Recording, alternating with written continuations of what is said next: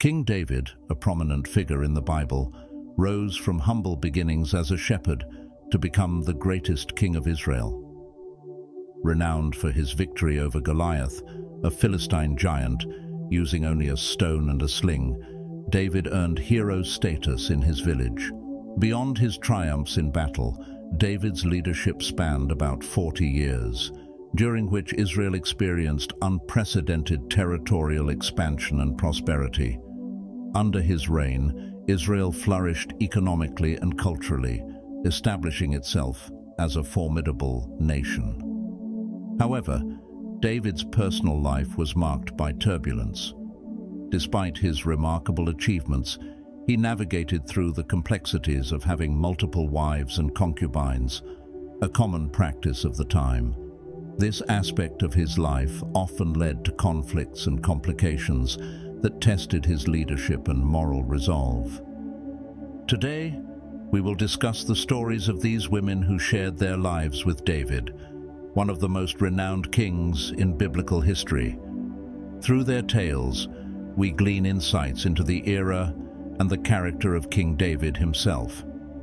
Our exploration commences with Michal, David's first wife and the daughter of King Saul, who initially favored David. The marriage of Michal and David was more a political alliance than a union of love, orchestrated by Saul in hopes of manipulating David's allegiance.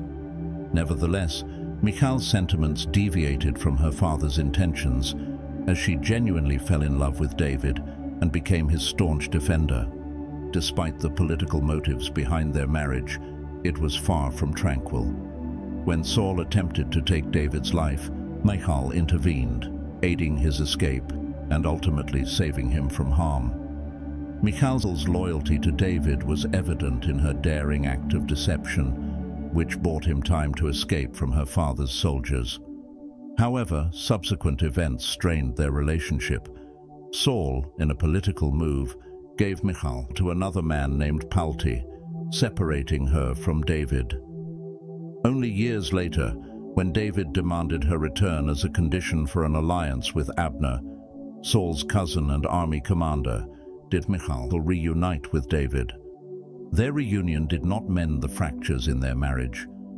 The Bible recounts an incident where Michal criticized David for his exuberant dancing during the entry of the Ark of the Covenant into Jerusalem, and David responded to her with contempt.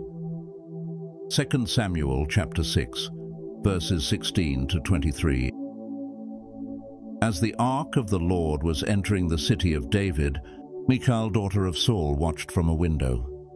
And when she saw King David leaping and dancing before the Lord, she despised him in her heart. They brought the Ark of the Lord and set it in its place inside the tent that David had pitched for it. And David sacrificed burnt offerings and fellowship offerings before the Lord. After he had finished sacrificing the burnt offerings and fellowship offerings, he blessed the people in the name of the Lord Almighty. Then he gave a loaf of bread, a cake of dates, and a cake of raisins to each person in the whole crowd of Israelites, both men and women. And all the people went to their homes. When David returned home to bless his household, Michal, daughter of Saul, came out to meet him and said, "How the king of Israel has distinguished himself today, going around half-naked in full view of the slave girls of his servants as any vulgar fellow would." David said to Michal, "It was before the Lord, who chose me rather than your father, or anyone from his house when he appointed me ruler over the Lord's people Israel. I will celebrate before the Lord.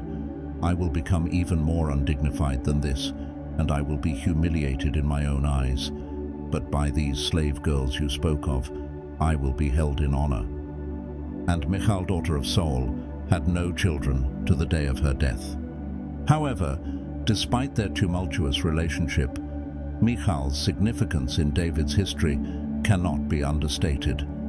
Despite the challenges, she stood by David in crucial moments, saving him from her father's wrath and displaying affection for him, even if not always reciprocated by David. Following Michal, David's life intertwined with two other significant wives, Ahinoam and Abigail. Ahinoam hailed from Jezreel, a region renowned for its agricultural abundance and strategic importance in battles. Abigail, in contrast, was described in the Bible as a woman of exceptional beauty and wisdom.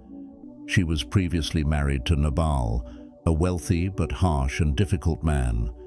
The tale of Abigail is particularly notable. When David intended to retaliate against Nabal for his disrespect, Abigail intervened to prevent bloodshed. She approached David with humility, offering food and pleading for forgiveness on her husband's behalf. This wise and courageous action by Abigail impressed David, who, after Nabal's death, took her as his wife. 1 Samuel chapter 25, verses 39 to 42. When David heard that Nabal was dead, he said, "Praise be to the Lord, who has upheld my cause against Nabal for treating me with contempt. He has kept his servant from doing wrong and has brought Nabal's wrongdoing down on his own head." Then David sent word to Abigail, asking her to become his wife. His servants went to Carmel and said to Abigail, "David has sent us to you, to take you to become his wife." She bowed down with her face to the ground and said, "I am your servant, and am ready to serve you, and wash the feet of my Lord's servants." Indeed, David's other wives, Maacah, Haggith, Abital, and Eglah, each played distinct roles in his life and in the complexities of his reign. Maacah, the daughter of Talmai, the king of Geshur, located north of Israel, bore David two significant children, Absalom, whose rebellion against David shook the kingdom, and Tamar, who tragically suffered at the hands of her half-brother Amnon. Haggith was the mother of David's second son, Adonijah, whose ambition led to challenges and conflicts within David's dynasty, notably his attempt to seize the throne before Solomon's reign. Abital was another wife of David, who gave birth to one of his sons, Shephatiah. Eglah was yet another wife of David, but her story is less detailed in the Bible. She bore David a son named Ithream. Indeed, while the Bible offers limited insights into the lives and relationships of David's wives beyond Bathsheba, their presence undoubtedly added layers to the intricate family dynamics of the king and contributed to the continuity of his lineage. Each wife played a role, however subtle, in the unfolding saga of David's reign and the establishment of his dynasty. Bathsheba, however, stands out as perhaps the most renowned and controversial wife of David. Her story is one of tragedy and intrigue, marked by adultery, betrayal, and redemption. Married to the loyal soldier Uriah, Bathsheba's life took a drastic turn when King David, captivated by her beauty, committed adultery with her while Uriah was at war. In an attempt to cover up his sin, David arranged for Uriah's death on the battlefield.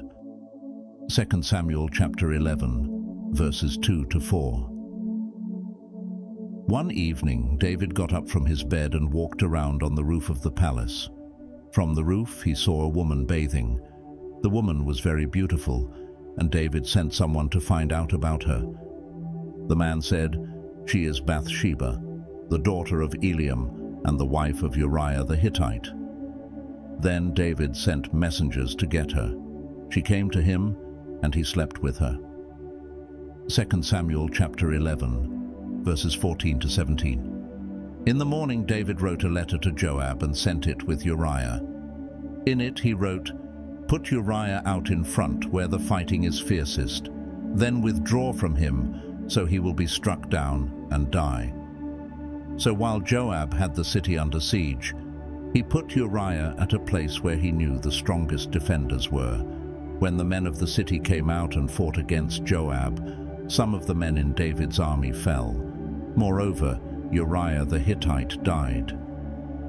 These passages illustrate David's abuse of power, adultery, and deceit, leading to tragic consequences for Uriah and Bathsheba, as well as David's kingdom. It's a story of moral failure and the consequences of actions, even for a powerful and chosen leader like David. However, confronted by the prophet Nathan, David faced the consequences of his actions, including the death of the child Bathsheba bore. 2 Samuel chapter 12, verses 14 to 18, ESV. Nevertheless, because by this deed you have utterly scorned the Lord, the child who is born to you shall die. Then Nathan went to his house, and the Lord afflicted the child that Uriah's wife bore to David, and he became sick. David therefore sought God on behalf of the child, and David fasted and went in, and lay all night on the ground. And the elders of his house stood beside him to raise him from the ground, but he would not, nor did he eat food with them. On the seventh day the child died. This passage depicts the fulfillment of the consequences Nathan prophesied to David after confronting him about his sin with Bathsheba and the murder of Uriah. The death of the child born to David and Bathsheba is part of the divine judgment for David's wrongdoing. Yet from this troubled relationship emerged Solomon, who would go on to become one of Israel's greatest kings, known for his wisdom and the construction of the temple in Jerusalem. 2 Samuel chapter 12, verses 24 to 25, NKJV. Then David comforted Bathsheba his wife, and went in to her and lay with her. So she bore a son, and he called his name Solomon. Now the Lord loved him, and he sent word by the hand of Nathan the prophet. So he called his name Jedidiah, because of the Lord. Thus, after the death of their first child, David and Bathsheba conceive again, and this time their son Solomon is born. Later, Solomon would become one of the most renowned kings of Israel and the one to build the temple in Jerusalem. In this verse, Solomon is also given the name Jedidiah, which means beloved of the Lord, indicating God's favor upon him despite his parents' transgressions. Therefore, Bathsheba's tale reflects the complexities of human frailty and the possibility of redemption in the face of grave mistakes. So, the lives of King David and his wives offer a fascinating narrative filled with romance, conflict, wisdom, and tragedy, providing a unique glimpse into ancient history and the challenges faced during that time.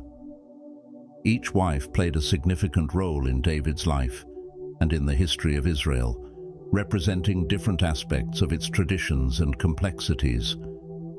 As we conclude our exploration of King David and his wives, we'd love to hear your thoughts. Drop a comment below with your insights on this discussion. Also, if you liked today's episode, please press the button of like, share this video with your friends, and subscribe to our channel for more intriguing discussions. Thank you.